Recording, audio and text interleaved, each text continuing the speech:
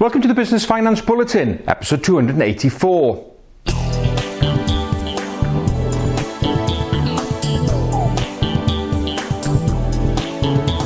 Hi, welcome again to the latest Business Finance Bulletin. With me, Rob Warlow from Business Loan Services, the commercial finance experts. In this bulletin, Barclays partner with Nimbla for provision of invoice insurance.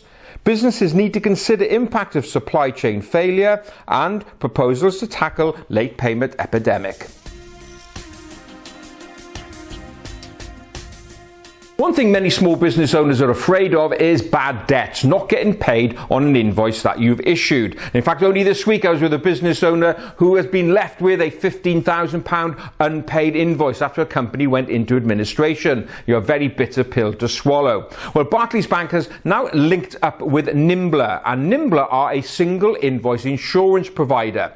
Now, typically, if you want to have credit insurance against bad debts, you typically have to insure the whole of your debtor book. However, Nimbla will allow you to insure just one single invoice, starting from a premium of £6 upwards. Now, the great thing here is to say, instead of insuring the whole book, it's very much more cost effective. You could effectively look at your client bank and say, well, okay, I'd love to do business with this particular customer, but I'm not sure about the credit risk, so I want to insure it. Or it could be a very large proportion of your turnover and you just don't want to take the risk. So a good example there of the old world in terms of Barclays Bank linking up with a new world provider. Now, Barclays are rolling out this as a trial stage, and if you're based in the northeast, Cumbria, southeast London and Kent, you'll be able to take part in this trial. However, if you're a high growth business, you'll be able to access this wherever you are in the UK. So if you want to know more about that and you bank with Barclays, reach out to your relationship manager, or if you want to know about Nimbla and a little bit more, just go along to their website, which is Nimbla, which is nimbla.com.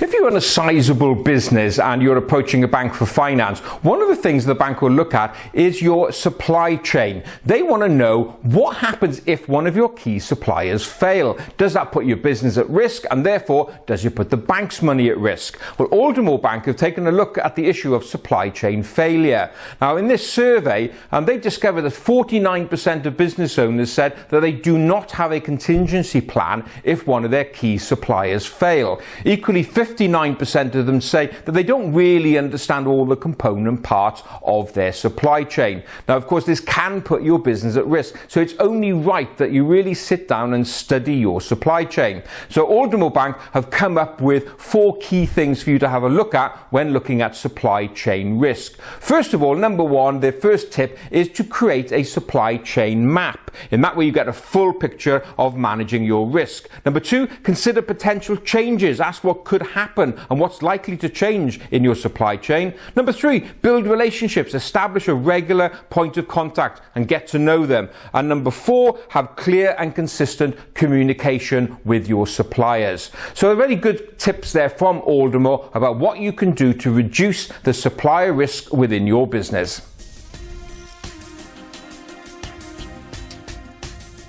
Let's close this bulletin with our old friend late payment. Yep, it never really goes away, does it? And that's demonstrated by the fact that a Labour peer, Lord Mendelsohn, has introduced a proposed bill to the House of Lords to tackle this problem. So what does this proposed bill include? Well, first of all, Lord Mendelsohn wants to see that there's a 30-day payment term limit. No business can issue invoices which have greater than 30-day terms. Also, he wants to give the Small Business Commissioner some more teeth. At the moment, the Small Business Commissioner acts as an arbiter or an adjudicator where there are disputes over invoice payment. However, in the bill, they want the ability for the Small Business Commissioner to charge penalties for habitual late payers. And lastly, he also wants to have the right to charge interest automatically included in law, so you don't have to make a separate claim for any interest that you feel you are due.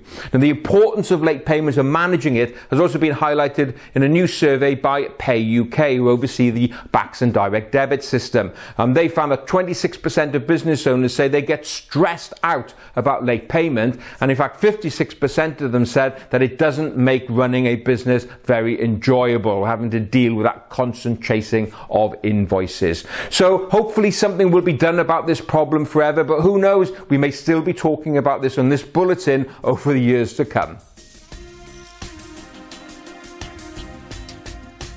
Well, that's it for another bulletin. As ever, I hope you enjoyed it. And if you did, please don't forget to give it a like and a share. So that's it. Look forward to being with you again next time. In the meantime, have a great, successful and profitable week.